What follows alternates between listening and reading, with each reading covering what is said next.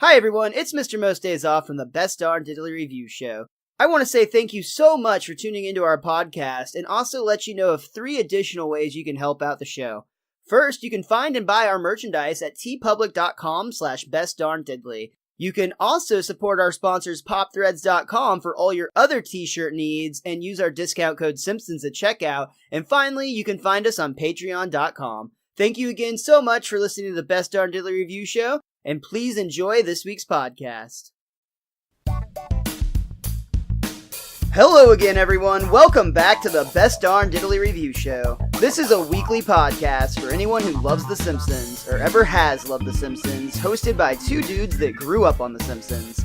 My name is Miles, better known as MrMostDaysOff, and today we are continuing our review of Homer the Great with our good friend Patty Cakes, aka Patsy the Angry Nerd from the Throwdown Thursday podcast. If you tuned in last week, you heard us cover a little bit of how Patsy came to become a Simpsons fan early in life, and then we jumped into the first act of Homer the Great, where Homer is trying to figure out what's going on with his friends' secret meetings. And we are jumping right back into Act 2 and the conclusion of the episode right now.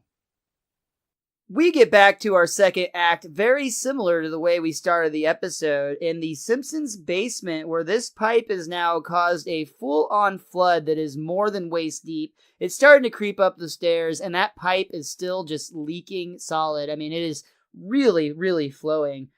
Can I ask a question real quick? This is for me and Miles. I need to then.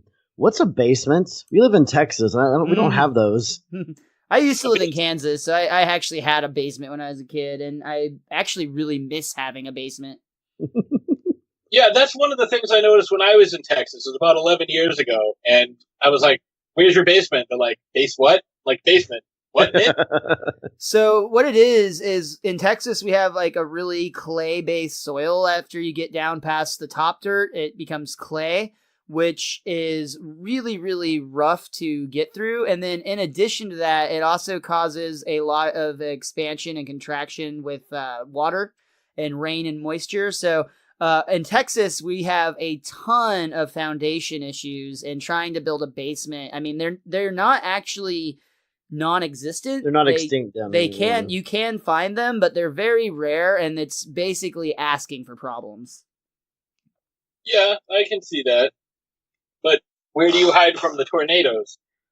They usually advise us to go to our bathtubs or like a center room with no windows. But honestly, I don't. I just continue doing what I'm doing, because my thought is, if the tornado is going to take me, the tornado is going to take me. We talked about it at the top of the show, or possibly last week if this splits, but we talked about the idea that these things could pick up like trucks and cars and a bunch of sharks apparently, and Miles NATO. My 200-pound ass is gonna fly right up that funnel if it wants to hit my house. So it is what it is. If that's the way I'm going out, that's the way I'm going out.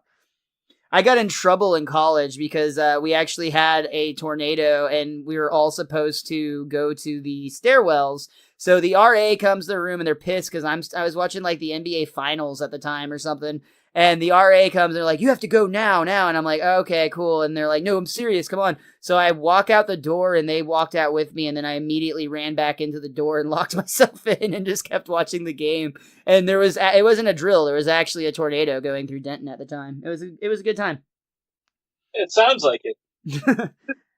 The Suns lost, as always. What else is new? Wait a minute. NBA Finals, the Suns. You were in college in 1996? No, this was actually, it wasn't the finals, it was the playoffs. I was mistaken. Oh, okay. And actually, didn't the Suns go? No, they didn't. But this would have been in 2006 or 7. So they were probably playing the. Might have been when they got beat by the Spurs, possibly. Yeah, and they were playing the Lakers during the game I was watching, I think. That was a while ago. Yes. Either way, it also has no point other than I'm a stubborn asshole, but that is what it is. For now, we have the plumber having this similar conversation. It actually says, well, to be honest, I never got around to ordering that part for you, so it's still going to be a couple of weeks. Really? Yes. Really? Yes. But what if I were to shake your hand in this wise?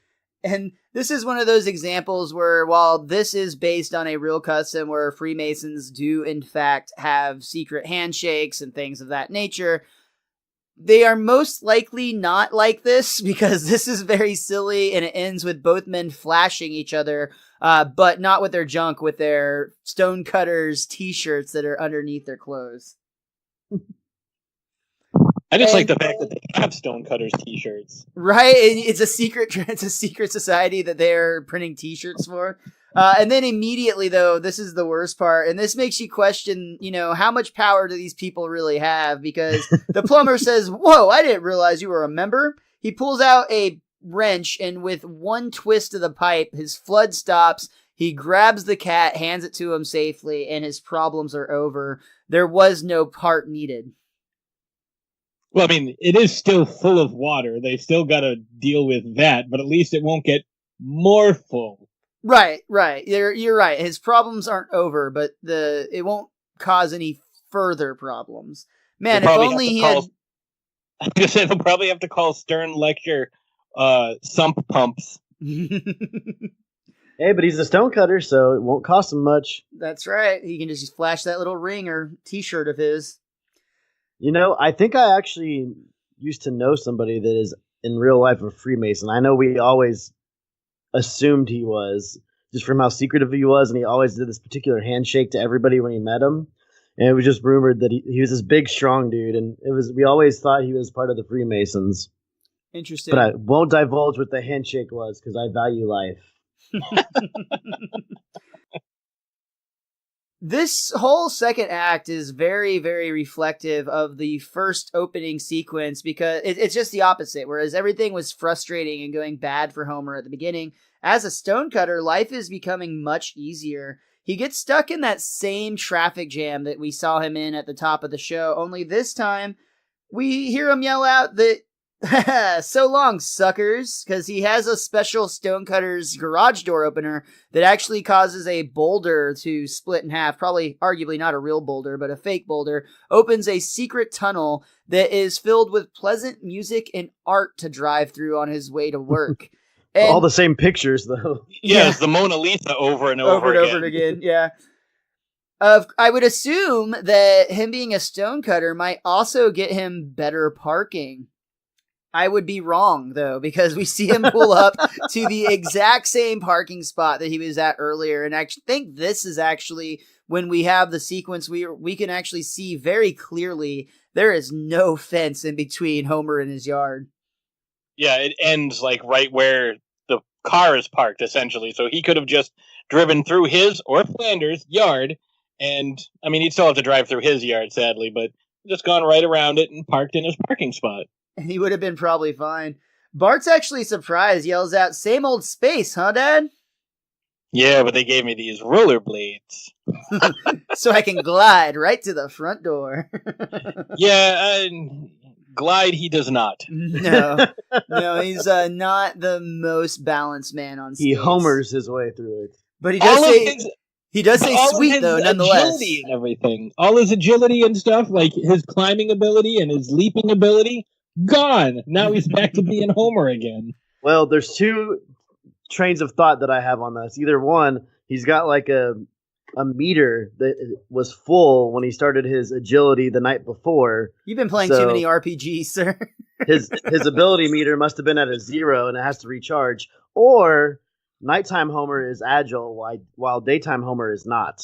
Oh, he gets his power from the phases of the moon. That's interesting. That I could get behind, though. It seems like he's always unbreakable day or night, which Unbreakable Homer, by the way, is the only reason he survived that collapsing 5-story fall earlier in the episode. I meant to say that and forgot. Well, what about his fall? Yeah, his fall from the glass, window, too. Yeah, good point. Like, he's probably full of glass and shards of metal, because they've got to hold those windows together with something. Oh yeah, he's all sorts of fucked up. And then not to mention how it got like hammered in even further with all those paddles. And the fact that he fell 6 stories. Yeah, not 5. So all of this, again, Unbreakable Homer, it's a theory. We think it's pretty sound. It definitely has more legs than Beastmaster Bart does. So moving on. Oh, you just can't step off of it. I do want to point out that while Homer was quote unquote gliding to work, we get to see him pass by a couple of cars, and there's a few vanity plates we see. One of them was Radiance, and the one that I thought was more fitting is Animator, but it's ANIM, the number 8, TOR. Yeah, TOR. There's also one that says 3 Mile Island. Yeah. If you look at it. Nice. I did not catch that one. It's 3MI space ISL. Oh, nice. But those other two aren't mentioned in the guidebook here, so good catch on that one. Miles has his moments. The Animator one I thought was pretty sound. I hope that was just like a late addition by one of the animators that didn't get approved or not. I was just like, yeah, that sounds good. We can't put your name in there. Fine. I'll get around this. Yeah, I'll show you. Once again, reflecting the beginning of the show, we see Homer at his workstation has a brand new chair, and immediately he starts to try to rub it into Lenny and Carl. Jealous? Well, no, actually, we have the same chairs. You're jealous. And then we see Lenny hand him his membership pack. And for what it's worth, it was, in fact, the exact same chair. And, of course, he did have his name stitched into it as well. But just such a Homer thing to do again. I need to ask something about those chairs. Are those the same chairs, the spine melter chairs from the episode with Herb Powell? Oh. I thought that one was blue. Well, it might be, different. A different color. Maybe But maybe they get a deal on the bulk of the brown ones. And this is several years later. After that, we never see the chair after that episode, so I always assumed Homer broke it in a day. And this has been several years since that episode, so perhaps this is like the newer model of that same chair.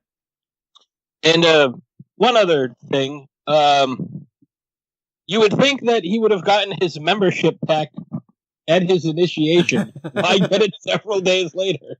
Well, they have to wait a few days for the swelling of his ass to go down for sizing purposes. And they have to make sure that they get the name right and he actually passes the initiation before they can, monogram all his shit. Yeah, you don't want to just get that stuff printed in advance. You're going to lose a lot of money for the folks that can't make it through the paddling of the ass with paddles. Yeah, and it might end up saying, Homer Simpson. There you go. Perfect. So Homer receives his welcome packet, and it's got things like a sticker to put on your car so you don't get tickets, and there's another one that keeps paramedics from stealing your wallet. And finally, very handy. You definitely don't want to call 911 anymore in an emergency. The real number is 912. That's another great callback. Because the lottery episode where Kent Brockman wins the lottery. Yep. Somebody calls the police station. Wigham's like, nah, you got the wrong number. This is 912. So, along with all of these just perks at work and life in general, if you make it as a stonecutter, you actually get to learn how things really went down. And being as Lisa does love school, Homer shares a little bit of the real history of the world with her. Homer divulges secrets of the stonecutters to his daughter after he said he wouldn't do it. That was literally part of the oath. Maybe that's why, since he was born the chosen one, they just knew he would break those rules, so he just automatically had the curse from birth. Or maybe Grandpa was the one that came up with the rule, and that's why he can't be around. Oh, he nice. knew how his son was, and he knew this is bound to happen evetually. Sure. Grandpa's a sly devil. I mean, he's literally reading from a book that says Secret World History. And I love Lisa's immediately I don't believe that all the founding fathers were stonecutters. That's because you trust your stupid school books. Here's what really happened at the signing of the Declaration of Independence. Doodaloo, doodaloo, doodaloo. And we see George Washington, and it's at the signing of the Declaration, and as soon as it's signed, he declares, "Now let us party like it was 1799. We see, I think it was Ben Franklin rolling out a keg of beer. I don't know. It was the founding fathers getting down, is what it was. They're turning up for what? Please, sir, you're destroying my What? establishment. The poor owner. We just created the greatest democracy on earth, you low-life commoner. Kick. That's so great. And back in the present, we see Homer like really into it. Lisa looks less than thrilled, and Homer's like, "You want to see how Davy Crockett really died at the Alamo? You must be 18." So I had mentioned that we would talk a little bit more about some of the Freemason practices that make you wonder how deep-rooted this really is. And from the commentary, again, I want to point out that the city of Washington, D.C., or not the city, whatever Washington, D.C. technically is, a district, of course, because that's what the D part stands for. In Washington, D.C., though, the roadways are actually set out in known Freemason symbols. That's why there are so many roundabouts, and it's actually been shown on maps that you can clearly tell that when this town was constructed, they in fact did lay it out in a way that very much resembles the symbols that the Freemasons use. Now, you could argue that those symbols may have been derived from the way this town was laid out, but it's still interesting to point out, and I think it was Dan Castellaneta that was on the commentary, mentioned that we shouldn't leave out, it might have been the aliens. Good man, that Dan. You know, I just had a thought. What if their secret source for all this is the most secretive person attached to The Simpsons? What if it was Swartzwelder? Oh, wow. He actually is the one that is giving all this inside information, and nobody would suspect him because half the population doesn't even think he exists. If only we knew a journalist like that Kuralt guy that could dive into this. Someone with integrity.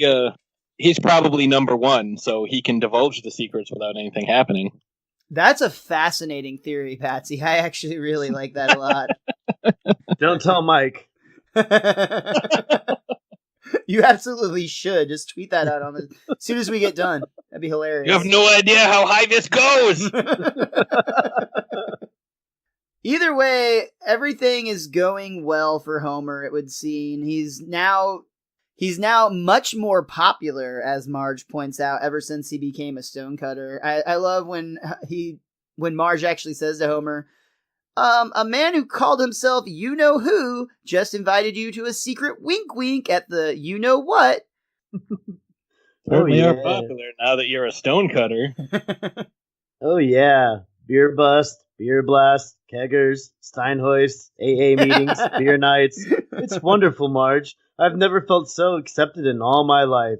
These people look deep within my soul and assign me a number based on the order in which I joined. Such a beautiful moment. And this transitions into arguably the greatest part of the episode. We cut to the next Stonecutters meeting. A very catchy tune starts up. We see everyone raise their glasses filled with beer, and they start to sing. Who controls the British crown? Who keeps the metric system down? We do. We do. Who leaves Atlantis off the maps? Who keeps the Martians under wraps? We do. We do. Who holds back the electric car? Who makes Steve Gutenberg a star? We do. We do. Who robs cavefish of their sight? Who rigs every Oscar night? We do. We do. What a memorable song this is. I mean, just honestly, one of the highlight moments, one of the better songs of The Simpsons, which I know is going a long way because they're all so great. But this is just fun to sing, and it gets stuck in your head. And maybe I'm not alone here. Maybe I'm alone here. You guys can tell me, but I have been singing this ever since I first watched this episode this week, and I love it. I love every minute of it. Oh, I sing it all the time. I have songs in the key of Springfield, and I listen to this all the time. I do the opening part where Marge does like a certain wink wink, like that whole little snippet from there to the end of the song. I've heard it so many times because of Songs in the Key of Springfield. Mm-hmm. One of the catchiest songs, if not the catchiest song in The Simpsons. I think for me, it's my second favorite behind Camp Krusty. I think it's my second favorite behind the one I mentioned on Throwdown Thursday, the Spring in Springfield. Oh, such a good song. I change mine almost every single day, sometimes by the minute. Right now, my ringtone is Simpson, Homer Simpson. He's the greatest guy in history. From the town of Springfield. He's about to hit a chestnut tree. So great. That's so good. Funniest. Was he's like narrating what he's doing? It was a pornography store. I was buying pornography. It works so well when he just talks, so of course it's going to work when he sings. But this special We Do song, the Stonecutters chant, or whatever it is they're singing it tonight for a very special purpose. Tonight, we're here to commemorate our glorious society's 1500th anniversary. And in honor of this momentous occasion, we're having ribs. This is another one of those lines that Patrick Stewart delivers with such genuine just perfection that, and he's so serious that it really is funny.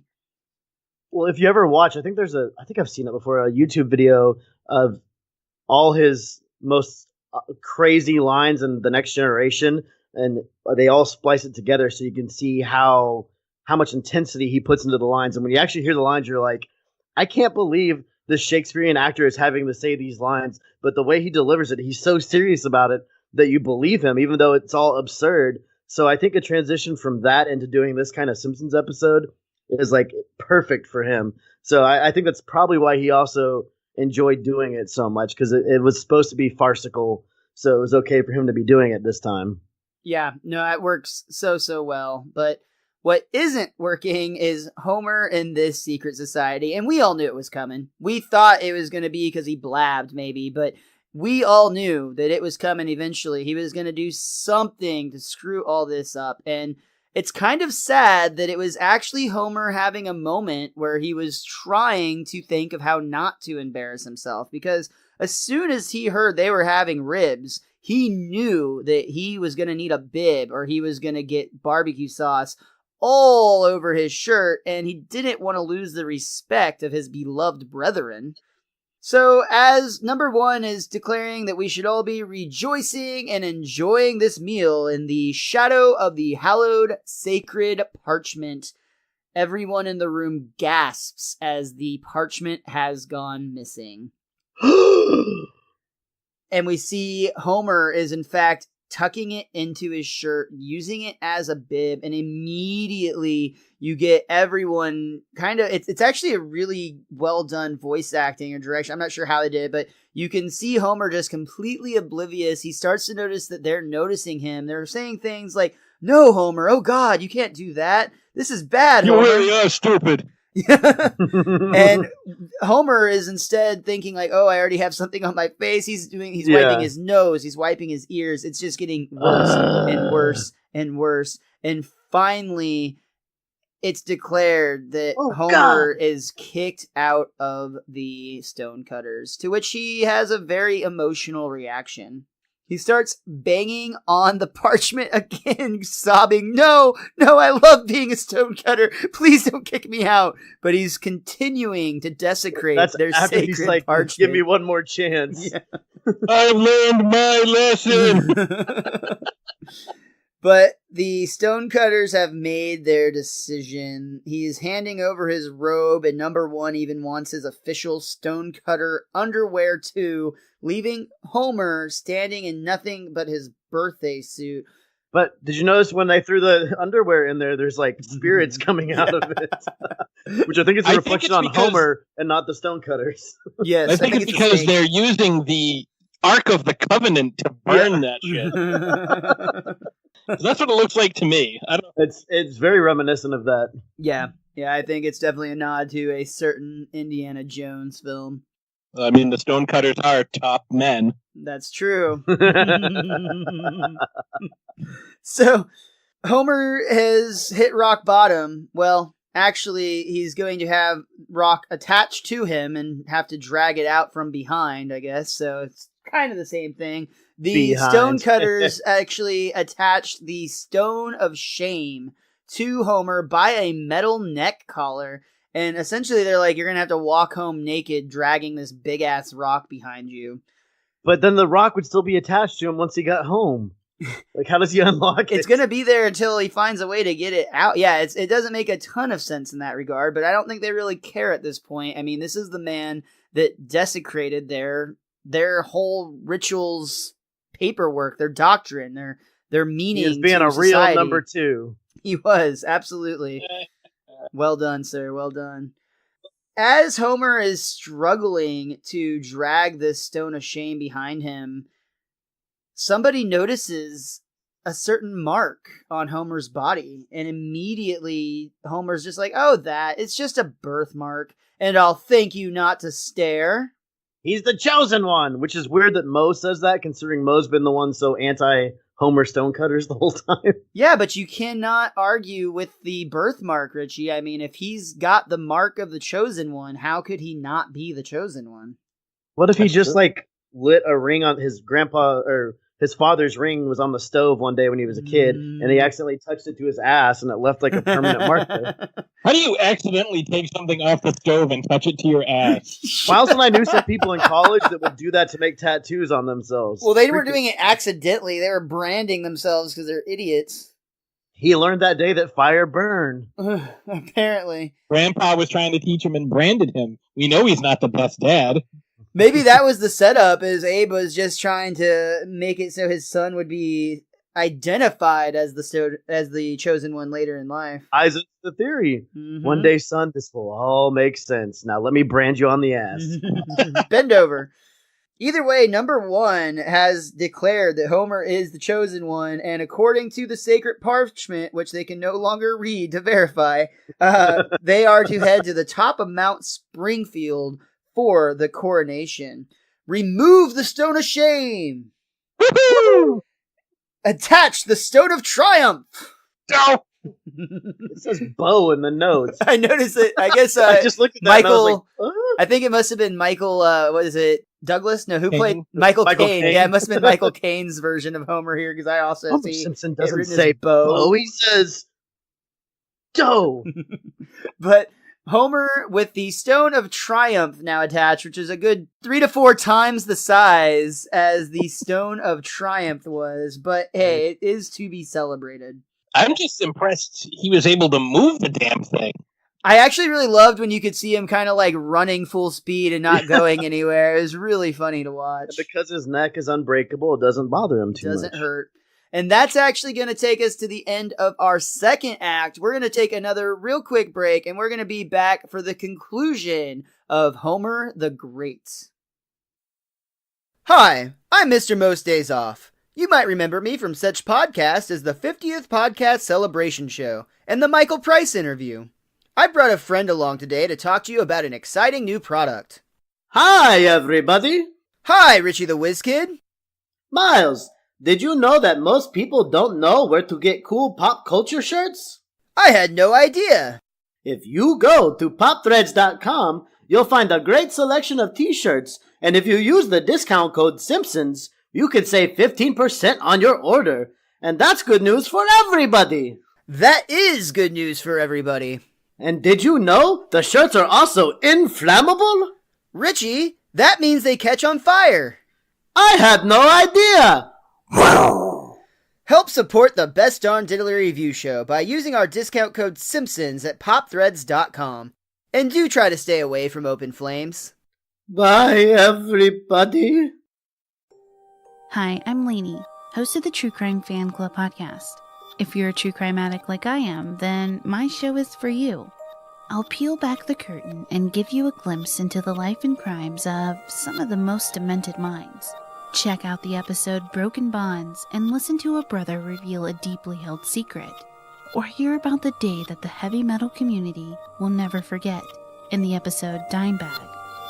These episodes are just a sample of our catalog, so you have plenty to binge. Just search for True Crime Fan Club Podcast in any podcatcher. You won't want to miss an episode. We come back for the start of our third act, and things with the Stonecutters and Homer as the Chosen One have really progressed, because now we see Homer is dressed in a special outfit. He runs out on the stage where there's a whole lot of Stonecutters out in the crowd, and he realizes that as soon as he's in their presence, they all bow down. Mental note, don't overdo this. So, of course, he immediately, in like a very clown-like, very Krusty-like, actually, fashion, keeps running out in front of the stage and hopping back on and off. Agile-like. So, must be nighttime. Yeah, it must be. His powers are... The moon is in retrograde, so he's able to use his powers, or whatever we said earlier. So he's just totally abusing it right off the bat. They're just popping up, popping down, bowing, unbowing, bowing, unbowing, over and over and over again. And Homer is clearly really enjoying his new standing as the Chosen One. We see Homer at home, where he's still wearing the top half of that special outfit, but now he's in his whitey-tighties, slouched down on the couch with a duff, watching TV. And there is a artist there painting his portrait, but of course, they're making him look a lot better than he actually is in real life at this point. I want a copy of that painting, honestly. Like, that painting looks fantastic. It'd be a pretty cool one to have. Yeah, absolutely. I think it's interesting that, he's got the same facial feature in the painting as he does sitting on the couch, but everything around him sort of like tells the rest of the story. Like in the painting, he's almost like this Christ-like figure giving a sermon on the mount. Sitting on the couch, he's just kind of like half inebriated, like staring at the TV. But it's the same facial expression. Perspective. Well, Homer is enjoying all of it, and he actually has a realization when he says, "I've always wondered if there was a God, and now I know there is, and it's me." You're not a god, Homer. I actually loved it immediately because she always is. Lisa sees the writing on the wall here and tells her father, "Remember, Dad, all glory is fleeting. So? Beware the Ides of March." No. No. Which is the best response to that. I love that, but I actually love his next response better because Lisa continues, "Dad, I know you think you're happy now, but it's not going to last forever." Everything lasts forever. That to me is just such the Homer thing. Like, it's so funny that that's how he sees this happening and playing out. He doesn't have any foresight whatsoever. And Lisa says exactly what's going to go on to happen. Don't you see? Getting what you want all the time will ultimately leave you unfulfilled and joyless. Remove the girl. Homer is already starting to abuse his power. His daughter is now taken away by Bart, actually, since no other Stonecutters are around, and he's trying to get a good impression in with the chosen one of a society he may want to join one day. I love how Lisa's like, there are no lackeys around to carry out your every, and then and then Bart grabs her from behind. Which Bart could already be a member, because his dad's a member. You probably have to be 18. I don't know. Well, yeah, 21 if they're drinking all the time. Well, I mean, with parental permission, I don't... And they probably use laws that they consider above the rest of the countries, but we'll never know for sure because the parchment was destroyed in that barbecue accident. Now, Homer's, everything lasts forever line to Lisa is kind of reminiscent of another line he had when he was fixing things around the house with firecrackers. And she's like, how come you destroyed all my stuff? And he's like, possessions are fleeting. That was his response. Well, and Homer's body never takes damage on the outside, so he thinks everything lasts forever. That's true. Yeah, it skews his concept of how sturdy or durable things are, I guess. Life. We immediately start to see Homer once still seemingly enjoying it, but what Lisa is saying is starting to show true because we see things like when they go bowling, Homer knocks down 9 pins and Chief Wiggum just takes out his gun and shoots down the 10th, declaring another strike for the chosen one. While in the pool hall later, we notice that right off of the break, Homer actually knocks in every single ball, which for what it's worth, I think would actually cause you to lose because you'd be scratching on the 8-ball. I'm not sure. That's a finer point of pool. But what we see when they pan the camera out is another stonecutter has actually used a jack to tilt up one corner of the table, so gravity just does all of the work for Homer. We finally see Homer starting to break ever so slightly at the poker table the next day when every other player is playing with their hand facing Homer. Homer's trying to get a read on what his opponents have, and when he decides he's probably lost, he lays down his cards, but Carl's like, no, Homer, you have the royal sampler. 3, 6, 10, Jack, King. Now, I want to point something out here, because this is something I think I mentioned off air. Now, one of the executive consultant on this is Brad Bird. Brad Bird, who is famous for, The Incredibles and a lot of Pixar things. And every time Brad Bird directs something, I know he's not the director here, but he slips an A113 in. Yep, absolutely does. Now, there is no A113 in this.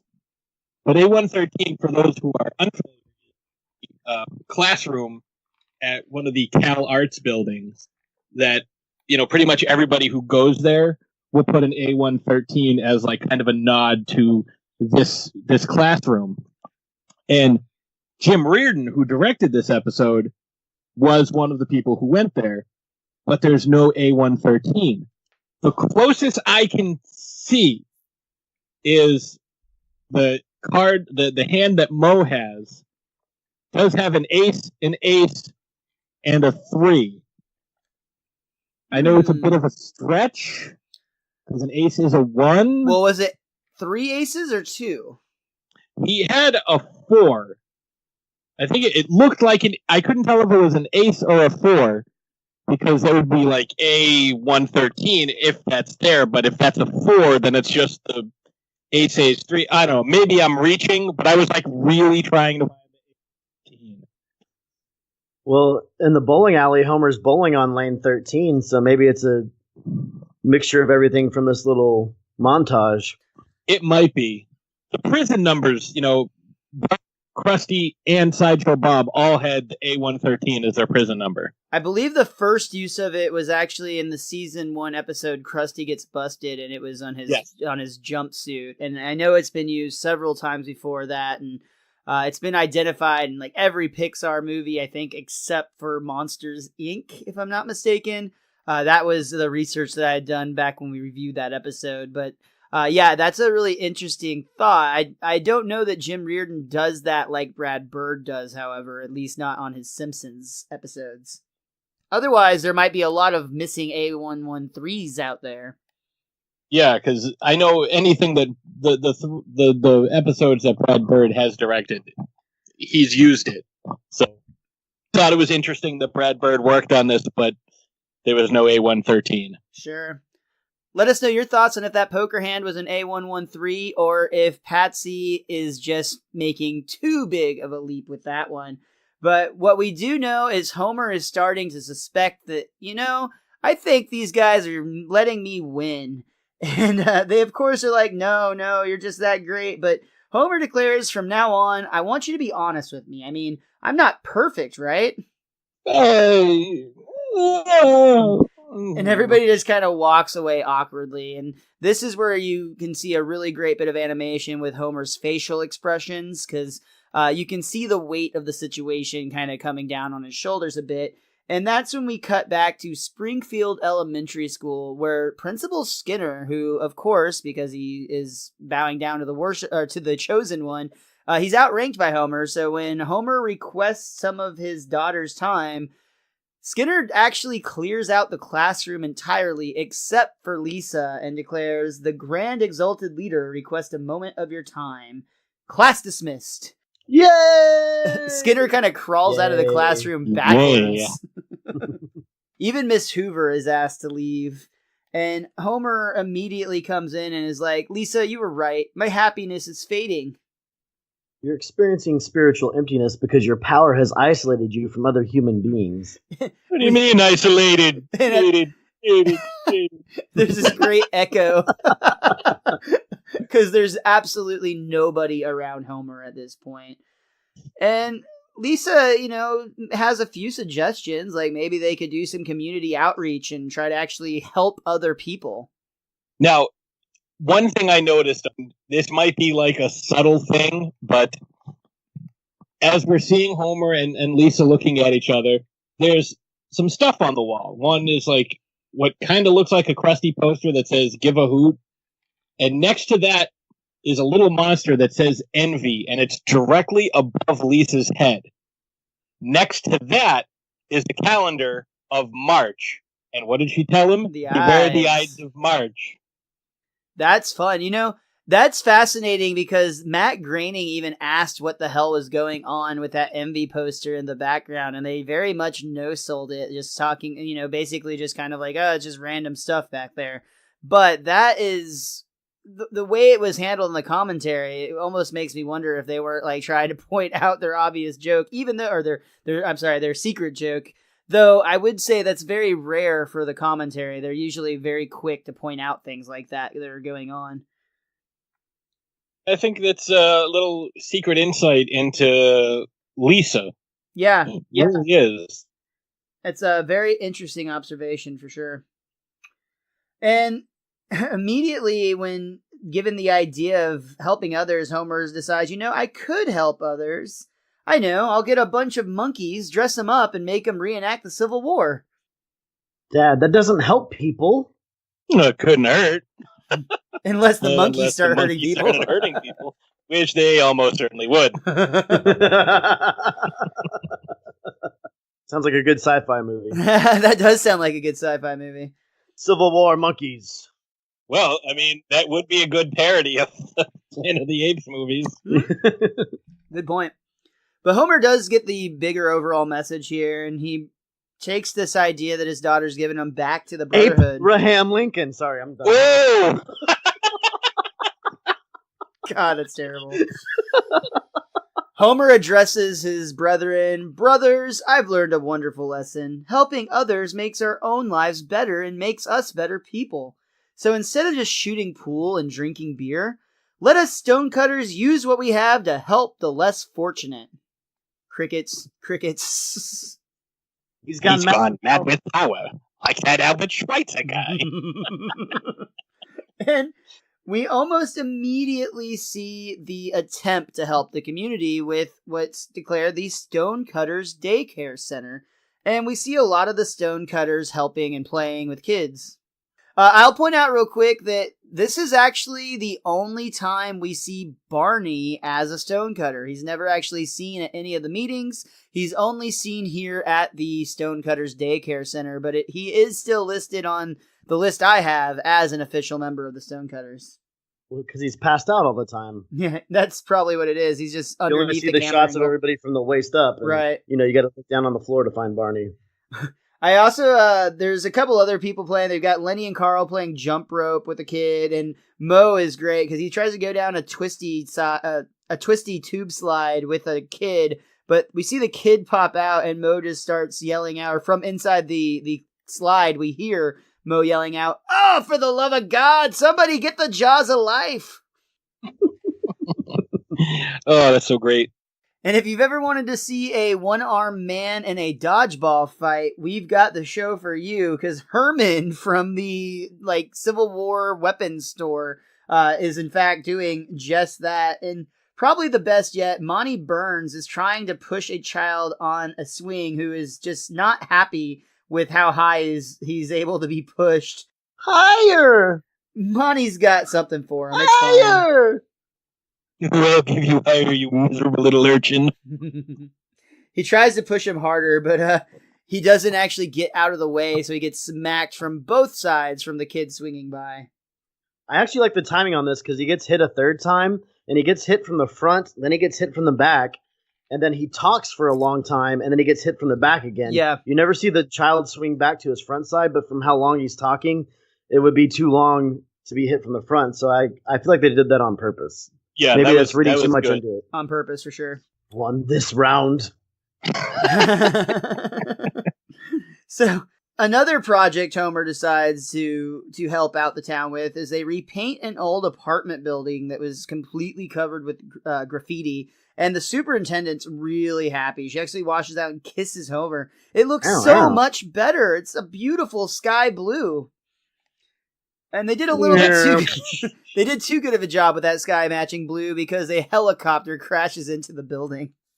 Okay, See how two quickly things. everyone gets out of the way after that? Well, why is the helicopter flying so low?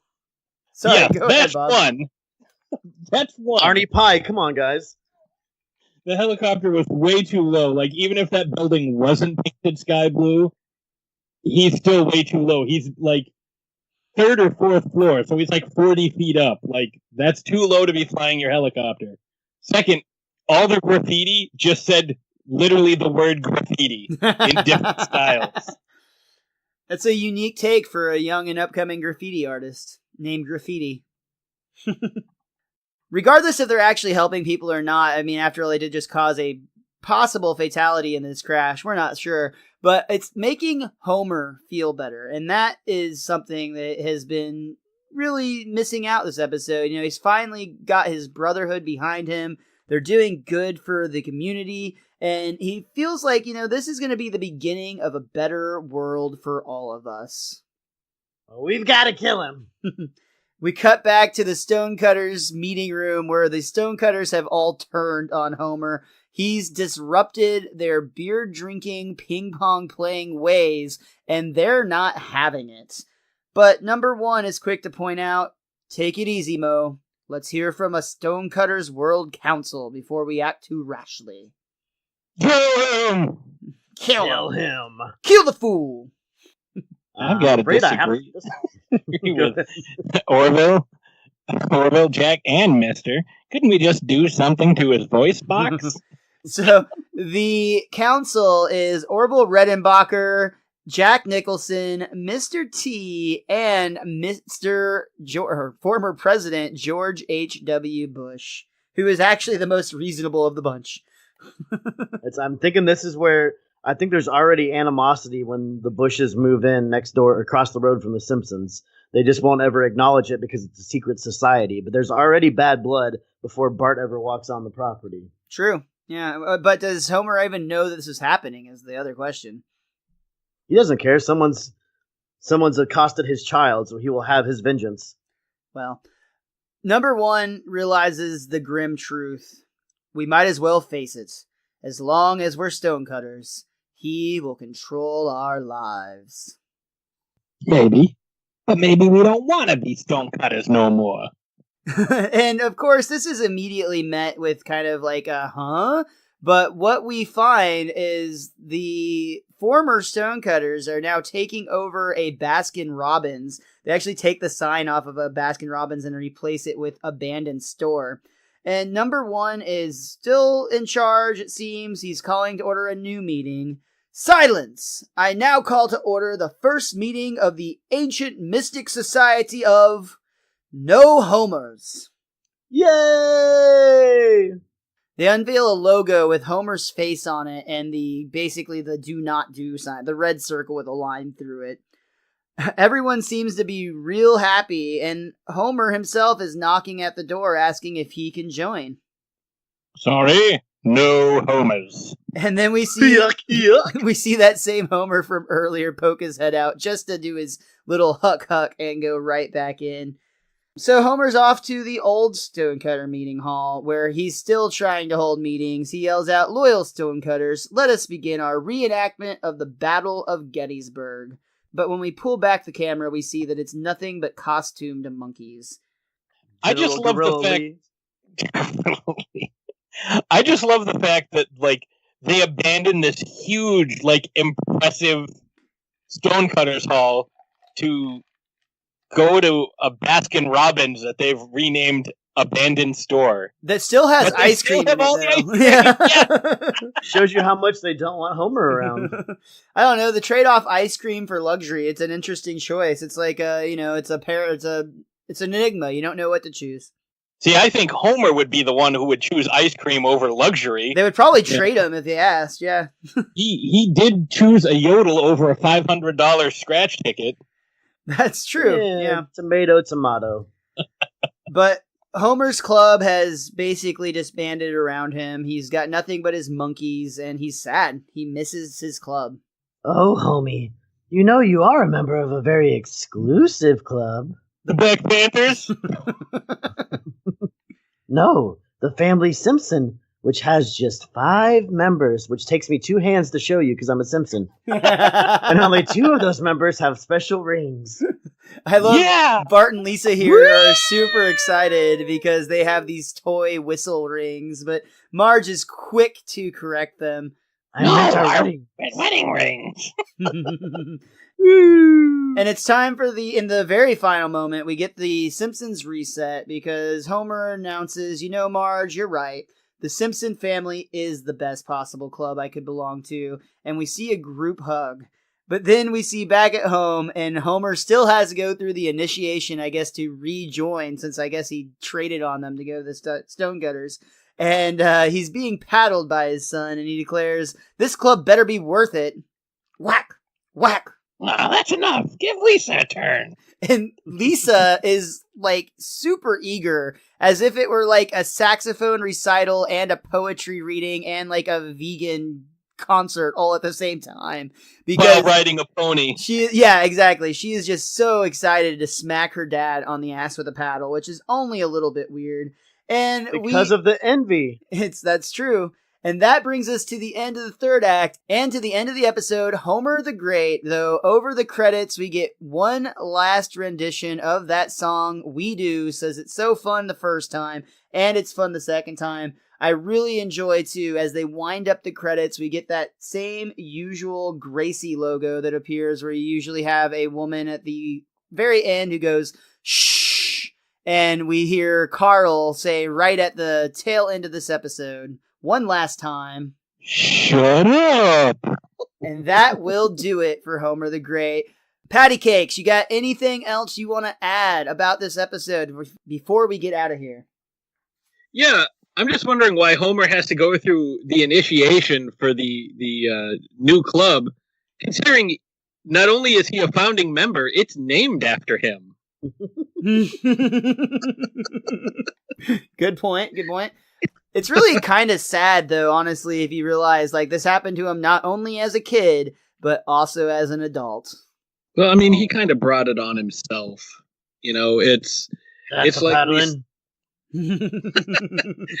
They missed a great opportunity to have Jasper in this one. He was one of the Stonecutters, according to the guidebook. Yeah, but he wasn't paddling anybody. Yeah, I didn't see Jasper either. I think I see him listed as well, so he's probably in the background somewhere. But yeah, maybe he was a founding father like Grandpa, and that's where the paddling started. Yeah, maybe they were single digit guys, not number 1, but maybe number 3 and number 8. 5. Yeah. There you go. And they don't have to go. Richie, how about yourself? Is there anything that you or that book of yours want to point out before you roll on out? We hit on all the stuff in the guidebook just because it was all pertinent during our discussion of the episode. I just want to say on a personal note, it's kind of upsetting to me that Homer actually got good at what he was doing and was doing something that fulfilled him, but was also something that helped his community out, and that it immediately backfires because this is Springfield and this is the Simpsons universe. And it just, you feel bad for him a little bit in this one just because he was actually doing good work. But other than that, I mean, like I said earlier, anything with Patrick Stewart instantly gets better. So this episode's fantastic. I've always had fond memories of the episode, and it was really fun rewatching it with all the hilarity that ensued. Other than that, I just want to know, how much has the term patty cakes taken off since your interview with us about Ralph? I do get it occasionally from people on the show, and I get it on Twitter now and then. Not as much, so I think what we need to do is have you guys on the show more often. We'll have to push it more often for sure. Yeah, we have to make this blow up. Patty Cakes has to take off for sure. It's too perfect of a name for you. You're such a sweetheart. I agree. And when you sent me the stickers, the Best Darn Diddly stickers, that's what it said on the envelope. So I forgot. I appreciate that. I did mail that to you as Patty Cakes. That's great.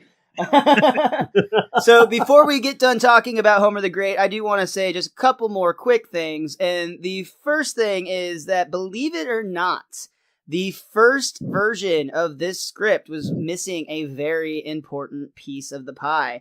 When this show was first written, the song We Do was not part of the script, and it was actually a late addition by Matt Groening. Now, Matt Groening did not write the lyrics. He was the one that essentially came in and was like, I really feel like this is a great episode, but it would be taken up to the next level if you added in this song. And the writer's room took that idea. They just took a bunch of things that annoyed them as much as anything could, and they threw those into the song. One thing that always gets asked about is the cave fish and how they keep them from seeing, essentially, which the cave fish is a fish that lives in caves. It has no eyes at all. And this was a George Meyer, just very obscure joke that he pulled out, and I just wanted to mention that. On a personal note for me, I rarely do this, and especially with this much confidence, but I truly feel if I had to rank them so far through the season today, this is going to be my favorite episode of the season. I've always loved this episode. I remember loving it as a kid. I remember loving it as a teenager. Holy crap, is this episode fun. I haven't watched it in at least a couple of years. Coming back to revisit it, wow, is it a powerhouse. Great episode. So glad that we got to review it today, and even more glad that Patty Cakes, that you were able to join us. It's been a real good time chatting with you. You're clearly a very passionate Simpsons fan, and we absolutely love having you on the show. So thank you so much for being here today. Thank you for having me. To kind of touch on what you just said about this being your favorite episode, when you kind of broached the subject of having me on for this season, this was one of the first episodes I thought about, mainly because I wanted to sing the Stonecutter song with you guys. Like that was like my number one reason. But this season has so many good episodes. Yes, it does. It was so hard to choose like which one to do. I was like, I'd like to do this one so I could sing the song for you, but like any episode is so good. I mean, like the ones that you've already covered, Itchy and Scratchy Land, with Bob from the Nerd or Not podcast. Quick shout out to them. Yep. Homer Badman, just one of the best episodes. Lisa on Ice. Oh, like come on. There's so many good episodes. Dude, it's a really solid season so far, which is why I'm surprised that I feel so strongly about putting that. And you know me, I very likely might change that by the time we get to the end of the season. But if I had to pick get ramped up here. If I had to pick today, that would by far be the choice. Yeah. I will go on a limb and agree with you on that. I was just looking at the ones we've reviewed for this season so far, and this one definitely has a little bit higher tier feel to it at this moment. Yeah, absolutely. But yeah, thank you again, Patsy, for being on the show. Why don't you go ahead and plug the Throwdown Thursday podcast and anything else you want to get out there real quick before we take off? Oh yeah, so Throwdown Thursday. Obviously, we air every Thursday. iTunes, Google Play, Stitcher, Satchel, Podbean, Buzzsprout. Well, those are all the pretty much anywhere you podcast you can find us. Like Miles said, it's myself and my wife Ashes Von Nightmare, and you can follow us on Twitter at TD Thursday Pod. You can also follow me. You can either look for Patsy the Angry Nerd and find my avatar of the Collector, which you've seen from The Simpsons. But you can also find me at my real name, at Patrick Rahal, Rahall, and Ashes Von Nightmare as at Miss Von Nightmare, Nitemare. All that works, for Instagram as well. So you can follow us, follow the show. We have a Facebook group where we post various things. If you want to suggest a character that you think we should cover, or you're interested in being a guest on the show, reach out to us at throwdownthursdaypodcast@gmail.com. We're always taking suggestions, always listening to folks. It doesn't matter how obscure the character is, or if it's mainstream, or part of what we like to do is we like to learn about characters that we're not familiar with as much as we like to teach people about characters that we love. So, and it doesn't even have to be a good character. It could be someone that you absolutely hate, and we'll cover that too, because we do that occasionally. Sometimes that could be fun. We do. Right on, man. Richie, how about you? Anything you want to plug before we get out of here? On Twitter, I am at theWizKid23. You can also follow our show on Twitter. That's at Best Darn Diddly. That's Diddly. That also works on Facebook, Instagram, your mom's phone book. Anywhere you can find it, just go to bestdarndiddly.com. And I am at MrMostDaysOff. That's going to work pretty much everywhere. Go out, follow the Best Darn Diddly Review Show, follow the Throwdown Thursday podcast, follow Patsy, follow Richie, follow me, follow us all, subscribe to us on YouTube, do the things, write a review, keep doing awesome things, promoting the show. It helps us out so much, and we can't tell you how much we appreciate it. We also appreciate each and every one of you that takes the time to come along with this journey through the golden age of The Simpsons and beyond with us each and every week. Richie and I look forward to being back with you next week, not to review an episode of The Simpsons. No. It's a very special week next week. It is our 100th podcast, and we are going to celebrate Broadway style. So make sure you join us while we try to do something like Crossing the Desert, or The Unblinking Eye, or The Wreck of the Hesperus, or the most difficult one of all, The Paddling of the Swollen Ass. With paddles. And of course, until next time, be cromulent to each other.